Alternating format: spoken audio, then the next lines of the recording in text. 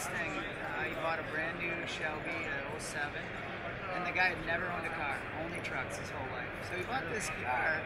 He's like, well, I just don't want it like everybody else's. So we get this call out of the blue. Can you do anything to my new Shelby? So before he even drove it, he shipped it to us. We did graphics, cut some scoops in the sides, and did a little more to the motor and different wheels, and lowered it and sent it back. And through that, years later, he's always like, I want to do something, I want to do something else. And we talked him into doing a 65, because Jim and I are kind of Mustang guys, if anything they know about us. And it's kind of nice. Jim and I had purchased the car. It was a solid California car that we actually purchased in Wisconsin. Talked him into doing a little less build. Jim loved these cars, but he always said they're a little bit narrow. And so we talked him into widening it. So we actually widened the whole car 4 inches. But we did it through the quarters, doors, and fenders. It just kind of morphed into a little bit more project than a little bit more. Yeah. Then our budget, his budget, and again, without sponsors like this, we couldn't build these cars. So we actually use sponsors to help us offset the cost of building these cars. Because you want to finish it as a builder, as a creator. Even when the money's gone, you seem to still be there working to give it, so you feel good about what you've done. Yeah, because it's a creative process, and it's not something you do for money. It's something you do for the fame, even. No, you've got those creative juices, haven't you? You've got the creative juices, and you're right.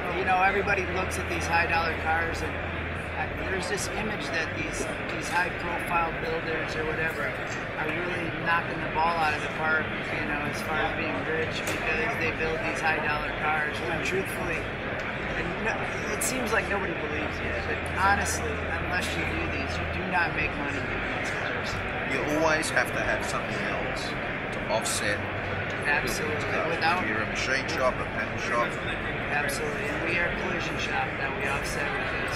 But our main offset is sponsors and the relationships that we as builders, what we can give back to our sponsors in that publicity, traffic, flow traffic, and them believing in you as a builder that you're proven you're not going to be there. You're going to be there tomorrow. You're going to take care of the customer, because obviously they don't want to deal with people that are a flash in the pan and they have their product on it and then the customer's unhappy.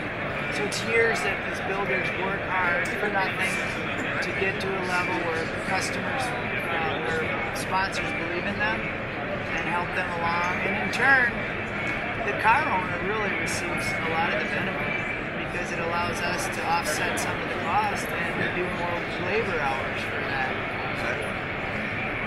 So can you take us through you widened it. What's the front suspension, rear suspension?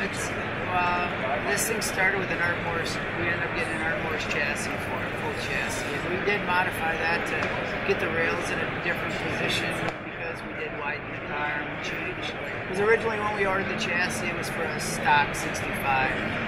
But when we modified everything, we had to also modify the chassis. We dry sumped the motor because we wanted it lower. We moved it back 8 inches from the original position. Which makes a huge difference. In handling their weights.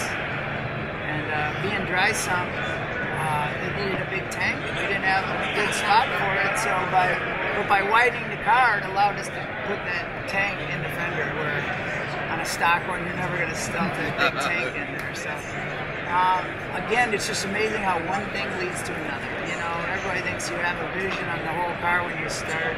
You very well know as a builder that they morph, and that's why to give people a price, you can't, because you don't know where they're going to take you. And as you know, you've done a lot of Mustangs.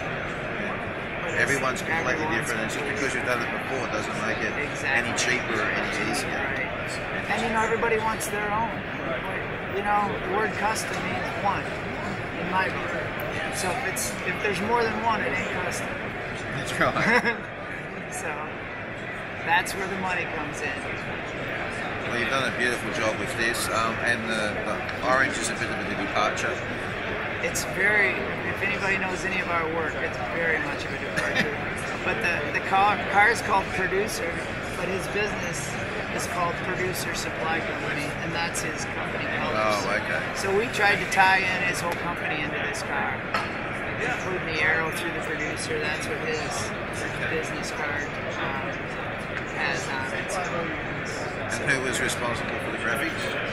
We have a guy in-house now. His name is Randy, and he's amazing. Okay. I mean, we wanted to do everything asymmetrical with the oil filter out front, off to the side. We didn't want it symmetrical. We wanted we did a Camaro up there too, and that was the thinking there. It's like, we're not going to go center on anything. Everything's going to be off a little bit. Just so people ask why. That's traditional design, isn't it? Yeah. It's like car set. Yeah, everything's got to be symmetrical. It's fun to be different. See, I'm a symmetry, Scorpio symmetry is really hard for me because I've got to have everything equal, and it's a constant fight to offset stuff. It is a fight. But it changes the whole characteristics of the design. Yeah. You can offset stuff. It's fun to be different too.